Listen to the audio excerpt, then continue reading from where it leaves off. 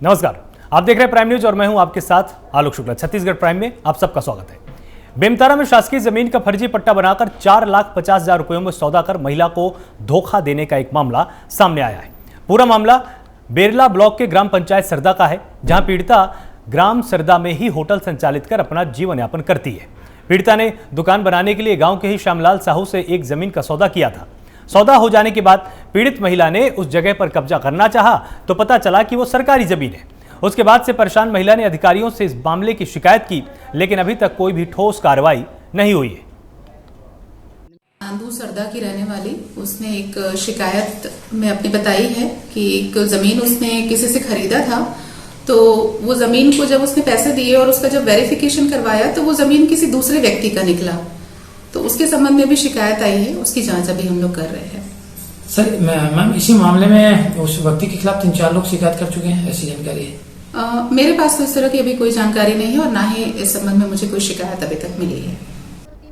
और इस पूरी खबर पर और अधिक जानकारी के लिए हमारे साथ संवाददाता योगेश जुड़े हुए हैं। तो सबसे पहले आपसे समझना चाहेंगे कि ये पूरा मामला है क्या?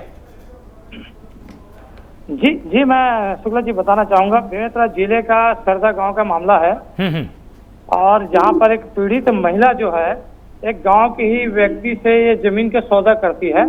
सौदे के एवज जमीन है वो पट्टे की जमीन है जो बहुत पहले किसी के द्वारा दिया गया था। लेकिन सबसे बड़ी बात यह है कि जो बेचने वाला है वो बहुत चालाक और काफी पहले से ही वो क्रिमिनल प्रवृत्ति का आदमी है, क्योंकि उससे वो जमीन की जो सौदा है उससे पहले और भी कर चुका था। लेकिन ये महिला से पैसा लेने के बाद उसे टाल मटोल करते रहा। महिला ने ये कहा कि इस जमीन में मेरे को अधिकार दिलाओ और मैं अपना दुकान बनाना चाहती हूँ। तब जाकर के कहीं सच्चाई उजागर हुई है। तो सच्चाई उजागर होने के बाद महिला अपने पैसे वापस होने की बात कही, तब ये टाल मटोल करने लग गया और कहीं न कहीं इनको उच्च राजनीतिक संरक्षण मिल रहा, जिसके चलते पुलिस से भी इस पर कार्रवाई नहीं कर रही है। और बल्कि ऐसी बात नहीं है, पुलिस को इस बात की जानकारी नहीं है। पुलिस को तमाम सारी बातें मौजूद है, उसके बाद भी उन्हें ये कहा जा रहा है आप कोर्ट जा सकते हैं, जिसको लेकर काफी परेशान है महिला जी। लेकिन इसमें कोर्ट जाने की बात तो चलिए ठीक है, लेकिन क्या पुलिस ने ये जांच करने की यहाँ पर कोशिश नहीं की कि आखिर सरकारी जमीन कैसे बेच दी? जी बिल्कुल, मैं ये बात कहना चाहूंगा। जब जमीन महिला जब वेरिफिकेशन कराई आरआई से और आरआई से जब वेरिफिकेशन कराया गया, सीमांकन कराया गया, तब बात सच सामने आया कि ये जो जमीन थी वो जमीन बल्कि उसकी नहीं है, गवर्नमेंट की है। तब कहीं ना उन्होंने इस बात को कहा कि जिस पट्टे की जमीन थी उसमें नकल में जो परिवर्तन करके उन्होंने महिला के सामने बेचा था। और पट्टे जब बात मांगी महिला ने, उससे जमीन की पट्टा मांगा, तो कहीं न कहीं वो जो सौदाकार है वो मुकरने लग गया। ठीक है, बहुत बहुत शुक्रिया हमारे साथ जुड़ने के लिए योगेश, और ये तमाम जानकारी हमारे दर्शकों को देने के लिए। राजनांदगांव में बीजेपी के आह्वान पर जिले के 20 मंडलों में मुख्यमंत्री भूपेश बघेल के पुतला दहन का आयोजन किया गया। बीते दिनों ग्राम बठेना में एक ही परिवार के कई लोगों की संदिग्ध मौत के मामले में यह विरोध प्रदर्शन किया गया है। बीजेपी के जिलाध्यक्ष ने कहा कि मुख्यमंत्री के क्षेत्र में लोग सुरक्षित नहीं है तो पूरे प्रदेश का क्या हाल होगा। इस पुतला दहन को रोकने के लिए पुलिस को कड़ी मशक्कत भी करनी पड़ी। वहीं बीजेपी ने इस मामले पर शीघ्र कार्रवाई नहीं होने पर उग्र प्रदर्शन की चेतावनी दी है। तो मुख्यमंत्री भूपेश बघेल का यहां पर पुतला दहन का कार्यक्रम था। 20 मंडलों में मुख्यमंत्री बघेल का पुतला जलाया गया।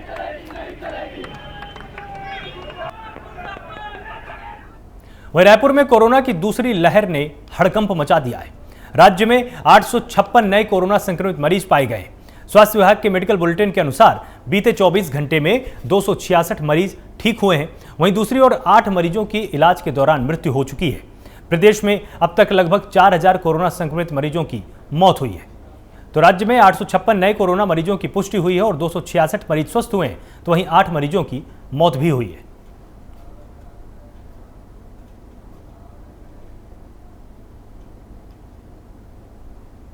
बिलासपुर में सभी न्यायिक कर्मियों को कोविड-19 टीकाकरण में प्राथमिकता देने के लिए जनहित याचिका दायर की गई है। डिवीजन बेंच ने सुनवाई के बाद केंद्र और राज्य शासन के वकीलों को 2 सप्ताह में दिशा निर्देश प्रस्तुत करने का निर्देश दिया है।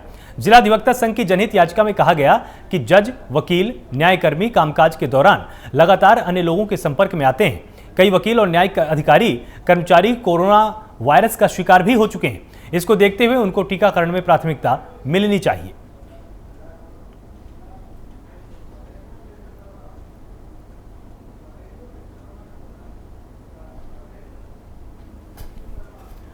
और इस पूरी खबर पर और अधिक जानकारी के लिए हमारे साथ संवाददाता रविंद्र विश्वकर्मा जुड़े हुए हैं। तो रविंद्र, जिस तरह से कोरोना के मामले बढ़ते जा रहे हैं, क्या मांग है इन लोगों की? जी, लगातार जो पिछला साल था पूरा कोरोना काल में लॉकडाउन के दौरान चला गया। अब ठीक लॉकडाउन को लगे अब साल भर होने वाले हैं, तो उसी के लिए हर पूरे देश में उस वक्त दौड़ गई जब जनवरी माह में 2 वैक्सीनों को जो लगाने की वो परमिशन दी गई थी, कोवैक्सीन और कोविशील्ड। उसके बाद से लगातार जो वैक्सीनेशन का काम है वो किया जा रहा था। सबसे पहले जो स्वास्थ्य कर्मी है उनका वैक्सीनेशन किया गया, उसके बाद फ्रंटलाइन वॉरियर्स का जो है वो वैक्सीनेशन किया गया, उसके बाद जो 60 वर्ष से अधिक के जो बुजुर्ग है उनका वैक्सीनेशन किया गया। तो इसी को लेकर न्यायिक कर्मियों ने को टीका लगाने के लिए एक आज याचिका जो है वो हाई कोर्ट में दाखिल की गई। जिला अधिवक्ता संघ ने PIL दायर करके मांग की कि लगातार जो न्यायिक प्रक्रिया में वकील, जज और जितने भी कर्मचारी है वो अन्य लोगों से लगातार मिलते रहे हैं। इस कारण जो न्यायिक कर्मचारी है उनको जो टीकाकरण में वो प्राथमिकता मिलनी चाहिए। चीफ जस्टिस और PP साहू जस्टिस की डिवीजन बेंच में ये सुनवाई हुई और उस दौरान केंद्र के वकील ने बताया कि सुप्रीम कोर्ट में भी इसी तरह के मामले जो है वो लंबित है, जिन पर आदेश होना है। इस पर हाई कोर्ट ने केंद्र व राज्य के वकीलों को इस मामले में पूरा गाइडलाइन प्रस्तुत करने के निर्देश दिए गए हैं। लगातार जो वैक्सीन को लेकर जी बहुत बहुत शुक्रिया हमारे साथ जुड़ने के लिए और ये तमाम जानकारी हमें देने के लिए।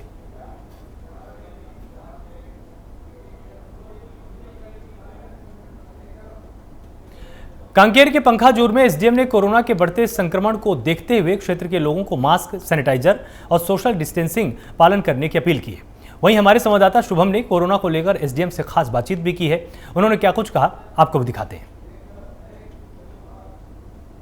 पखांजूर क्षेत्र में आए हैं और हमारे साथ पखांजूर के SDM धनंजय नेताम जी हमारे साथ मौजूद है। सर, जैसे कि हम जानते हैं पूरा देश जैसे कोरोना जैसी वैश्विक महामारी से जूझ रहा है, वही छत्तीसगढ़ के कांकेर जिले के कलेक्टर द्वारा भी लगातार लोगों को हिदायत दी जा रही है, मास्क का प्रयोग करें, सोशल डिस्टेंसिंग का पालन करें। वही सर, मैं आपसे जानना चाहूँगा क्षेत्र के लोगों को कोरोना से बचने के लिए आप किस प्रकार का दिशा निर्देश देना चाहेंगे? सबसे पहले तो मैं पखांजूर के सभी निवासियों से आग्रह करूँगा कि जो सार्वजनिक स्थल हैं वहाँ पे मास्क पहन के और फेस कवर करके जाएं, क्योंकि मास्क नहीं पहनेंगे और फेस कवर नहीं करेंगे उस कंडीशन में 200 रुपये का अभी चालान काटा जाएगा। इसके अलावा अभी वैक्सीनेशन का काम चल रहा है, तो उसमें सबसे पहले तो फ्रंट लाइन वॉरियर का सर्वप्रथम हुआ, उसके पश्चात अभी 60 वर्ष से अधिक उम्र के जो हैं उनके लिए वैक्सीनेशन का कार्य किया जा रहा है। सर, मैं आपसे एक रिएक्शन लेना चाहूँगा। जैसे कि सर, कोरोना वैक्सीनेशन के निकलने से कुछ लोग ऐसे हैं जो मन में ये सोच रखते हैं कि कोरोना के वैक्सीन आने से कोरोना खत्म हो चुका है। मन में इस तरह की भावनाएं रखने वाले लोगों को आप किस प्रकार का संदेश देना चाहेंगे? नहीं, जो उनका गाइडलाइन है और जो सोशल डिस्टेंसिंग है, मास्क है और सैनिटाइजर, 3 चीज़ इम्पोर्टेंट हैं और तीनों को लेकर के सभी निवासियों को, सभी लोगों को उसका पालन करना होगा। और साथ ही साथ जो डोज है वो फर्स्ट डोज और सेकंड डोज है, तो फर्स्ट डोज अगर लगाते हैं और सेकंड डोज नहीं लगाते हैं तो उसका असर नहीं रहेगा, इसलिए फर्स्ट डोज के बाद सेकंड डोज लगाना अनिवार्य है। शासन प्रशासन द्वारा दी गई गाइडलाइनों का यदि नियमों का उल्लंघन करते पाए जाने पर किस प्रकार की कार्रवाई की जाएगी? सबसे पहले तो वही बात बताना चाहूँगा कि यदि सार्वजनिक स्थलों में मास्क नहीं पहना है तो वहाँ पे 200 रुपये का फाइन लिया जा रहा है। जी, तो ये थे हमारे से पखांजूर के SDM धनंजय नेताम जी, जिनका कहना ये है कि अगर कोरोना से बचना है तो मास्क का प्रयोग जरूर करना होगा, सोशल डिस्टेंसिंग का पालन करना होगा, शासन प्रशासन के द्वारा दिए गई गाइडलाइनों का पालन करना होगा, तभी कोरोना जैसी वैश्विक महामारी की चेन को हम तोड़ सकते हैं और कोरोना से हम जीत सकते हैं। बहरहाल, कैमरा पर्सन शौमिक घोष के साथ शुभम कुंडू, प्राइम न्यूज़, पखांजूर। धमतरी में बीते दिन तेज रफ्तार ट्रक ने साइकिल सवार को टक्कर मार दी थी। हादसे में छात्रा की मौके पर ही दर्दनाक मृत्यु हो गई थी और 4 अन्य लोग इसमें घायल हुए थे। कॉलेज के आक्रोशित छात्र छात्राओं ने बुधवार को सिहाद मोड़ के पास चक्का जाम कर दिया है। प्रशासन के खिलाफ जमकर नारेबाजी भी की गई और घटना की सूचना मिलने पर पुलिस मौके पर पहुंची। छात्र छात्राओं की मांग है कि इस मेन रोड पर भारी वाहनों को बंद किया जाए और जल्द से जल्द बाईपास मार्ग का निर्माण कराया जाए। तो आक्रोशित छात्र छात्राओं ने यहां पर चक्का जाम किया और भारी वाहनों की आवाजाही बंद करने की मांग यहां पर छात्र संगठन द्वारा की गई है।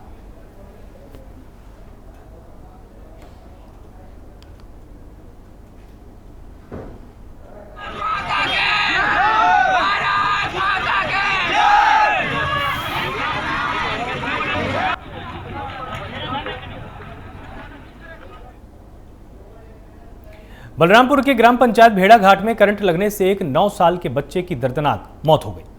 मृतक बच्चा अपने मामा के घर में रहकर पढ़ाई करता था। बच्चे की मौत से परिजनों में मातम पसरा हुआ है। वहीं पुलिस ने मामले की जांच शुरू कर दी है।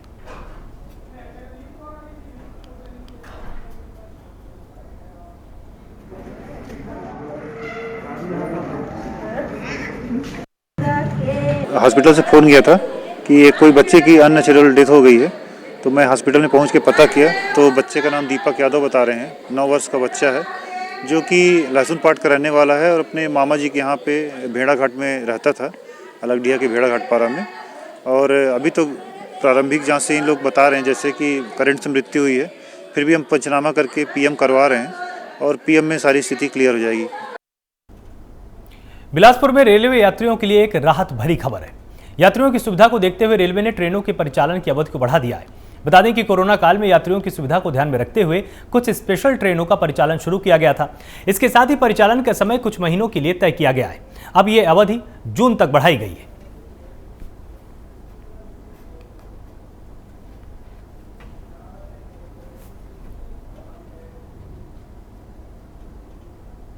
खबर बेमतरा से है, जहां साल 2017 में पीडब्ल्यूडी ने 13 किलोमीटर 2 लेन सड़क का निर्माण कराया था।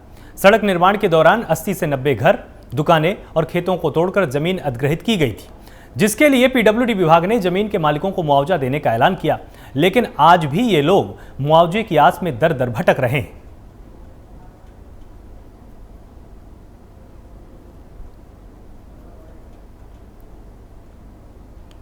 ये नीरज जो शराब पी के आया, शराब का आदी है और ये शराब पी के आया तो अपनी पत्नी से झगड़ा करने लगा और इसको रात में झगड़े में। लगभग क्या बजे का मामला हो रात का? 2-2:30 बजे के आसपास का। आपको सूचना सुबह मिली थी क्या? हाँ, सुबह दिन निकले मिली है। गांव में सब पहुंचे मौके पर जब तक पुलिस आ गई थी और तो पुलिस ने डेड बॉडी को पोस्टमार्टम के लिए भिजवा दी? हाँ, पोस्टमार्टम।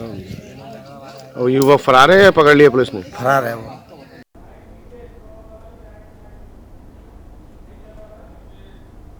सरगुजा के ग्राम पंचायत अमदला में शासकीय पीडीएस भवन का निर्माण किया जा रहा है, जिसमें काम कर रहे मजदूरों ने ठेकेदार पर कम मजदूरी देने का आरोप लगाया है। ग्रामीणों का आरोप है कि ठेकेदार बहुत ही कम मजदूरी में काम कराता है। ठेकेदार से मजदूरी बढ़ाने को लेकर बात की गई तो ठेकेदार ने कहा कि जल्द ही मजदूरी भुगतान की दर बढ़ा दी जाएगी, लेकिन इस मामले पर बस आश्वासन ही मिलता है।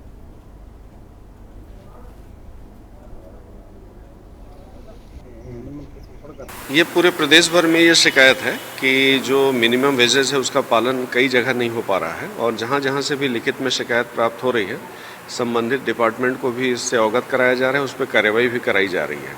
श्रम विभाग मूलतः 3 भागों में बटा हुआ है। श्रम कल्याण मंडल, असंगठित कर्मकार मंडल, सनिर्माण कर्मकार मंडल, बीओसी जिसको बोलते हैं। तो ये निर्माणी मजदूर के रूप में ये माने जाएंगे और संबंधित विभाग को भी अपने पास यदि लिखित शिकायत आती है तो इससे अवगत भी कराएंगे और इस पर निश्चित रूप से कार्रवाई भी कराएंगे। समय करथूँ गोदाम में काम तो 9 बजे लगथन और 6 बजे छुट्टी पाथन और 150 रुपया पाथन। अच्छा, तो तुमन मन का चाहत है? हम लोग बढ़ाए चाहते हैं। कितना? तो 200। अच्छा, तो तुमन मन इस संबंध में ठेकेदार ले बात कर रहा?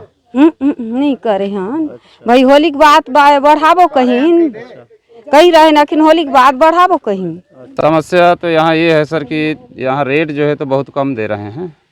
कोई 350 रुपया देते हैं। 9 बजे आते हैं, 6 बजे छुट्टी मिलता है। यहाँ कितने घंटा काम करते हैं? तो 9 घंटा हो जाता है सर, 1 घंटा लंच का काट देते हैं। अच्छा, तो कितना सर? हमको आज गांव में तो 450 मिलता है सर, तो यहाँ तो 400 भी नहीं मिल रहा है सर। अच्छा, और आप लोगों के रेजा और कुली लोग को कितना मिल रहा है? रेजा लोगों को सर 150 रुपया देते हैं, कुली लोगों को 200 रुपया सर। तो आप लोग क्या चाहते हैं? तो हम लोग तो उचित मूल्य, हम लोगों को दाम मिलना चाहिए जो हम लोग काम करते हैं उसका। अच्छा, तो आप लोग ठेकेदार से इस संबंध में बात किया था तो क्या बोला? तो ठेकेदार से हम बात किए अभी बीच में, तो बोले कि हम होली के बाद जो है तो बढ़ाएंगे सभी का। गरियाबंद जिले के सुपेबेड़ा में किडनी की बीमारी से मौतों का सिलसिला लगातार जारी है। सुपेबेड़ा गांव में फिर से किडनी की बीमारी से एक मौत हुई है। इस मौत के बाद किडनी की बीमारी से मौत का आंकड़ा 77 तक पहुंच चुका है। सरकार लगातार सुपेबेड़ा के ग्रामीणों को बेहतर सुविधाएं उपलब्ध कराने का दावा करती आ रही है, मगर सुपेबेड़ा के हालात सुधरने की बजाय और भी बिगड़ते जा रहे हैं।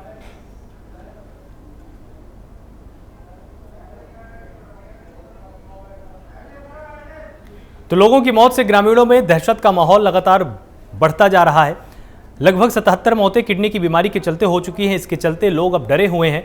सरकार ने तमाम कोशिशें की हैं, लेकिन अभी तक इस बीमारी पर काबू पा पाने में सफलता हासिल नहीं हुई है।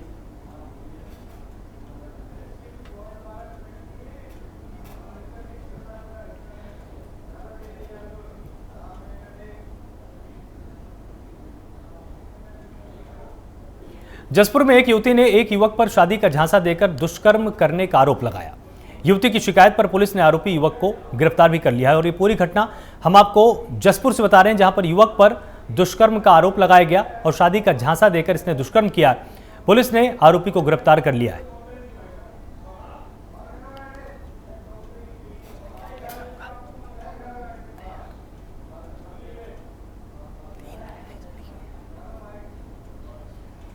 उन्नीस जनवरी को लड़का मोबाइल से लड़की को धमकी देते हुए कि तुम मेरे साथ चलो बेंगलोर, ऐसा कहकर उसको डरा धमका करके 20 जनवरी को लेके बेंगलोर चल दिया था।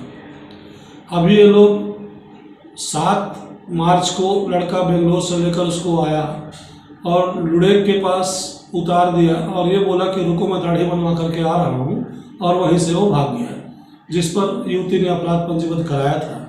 लड़का घटना के बाद फरार चल रहा था। हमने उसे फोन पर समझाइश दिया और बुलाया, जिसमें लड़का कल स्वयं थाने उपस्थित हो गया था। हमने उसकी गिरफ्तारी कर ली है और आज उसको रिमांड पर भेज रहे हैं। बिलासपुर में कोरोना वैश्विक महामारी के बाद शासन ने शिक्षा को वापस पटरी पर लाने के लिए 9वीं से 12वीं तक के स्कूलों को खोल दिया है। स्कूल खुलने पर बच्चे स्कूल पहुंच रहे हैं और छात्राओं को विभाग साइकिल को बांटने की तैयारी में विभाग एक बार फिर से जुटा हुआ है। इसके अलावा विभाग ने 10,000 नई साइकिलों को बांटने का काम भी शुरू किया है। जिले की छात्राओं को दूर तक जाने में दिक्कतों का सामना न करना पड़े, इस वजह से विभाग हर वर्ष साइकिल वितरण का कार्यक्रम करता है।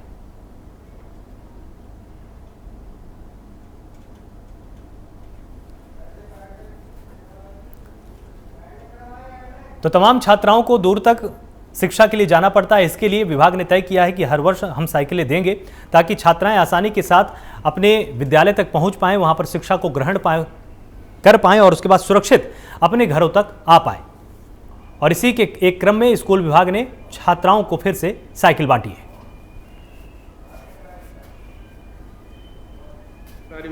अभी वर्तमान में लगभग 10,000 साइकिल इस साल मंगाए हैं हम लोग। पिछले वर्ष की जो साइकिलें कुछ बची हुई हैं उनका भी वितरण इनके साथ ही किया गया है। पिछले सत्र की जो साइकिलें बची थी वो पहले ही बांट दी गई हैं।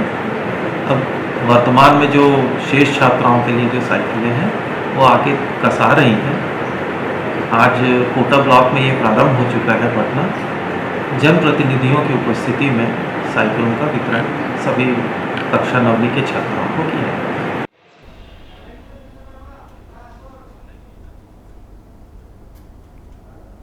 तो हर साल विभाग साइकिलों का यहां पर वितरण करता है और स्कूल विभाग ने इसी क्रम में साइकिलें बांटी है। रविंद्र विश्वकर्मा संवाददाता हमारे साथ जुड़े हुए। तो रविंद्र, इससे क्या क्या लाभ होता है छात्राओं को वहां पर?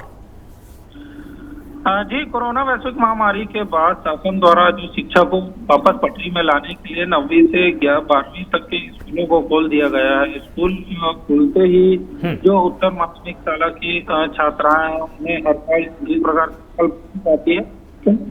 कोरोना काल था, इसलिए वो नहीं फैल। और इस वर्ष जो पिछले वर्ष की साइकिल थी वो छात्राओं को बांटी जा रही थी। दूरी अधिक होने की वजह से शिक्षा प्राप्त करने में किसी प्रकार की छात्राओं को दिक्कत न पड़े, इसलिए विभाग द्वारा योजना के अंतर्गत साइकिलें बांटी जाती है। 9वीं की जो छात्राएं उनको ये साइकिल मिलने वाली है। जिले कि शिक्षा विभाग द्वारा करीब 10,000 साइकिलों को है वो तैयार किया जा रहा है। बहुत बहुत शुक्रिया हमारे साथ जुड़ने के लिए और ये तमाम जानकारी हमको देने के लिए।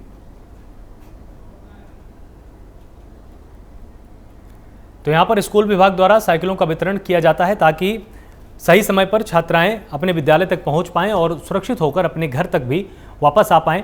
साथ ही यहाँ पर शिक्षा विभाग की यही कोशिश रहती है कि इससे शिक्षा व्यवस्था को काफ़ी सुचारू रूप से चलाया जा सकेगा और जो दूरस्थ ग्रामीणों की रहने वाली छात्राएं हैं वो भी स्कूलों तक पहुंच पाएंगी।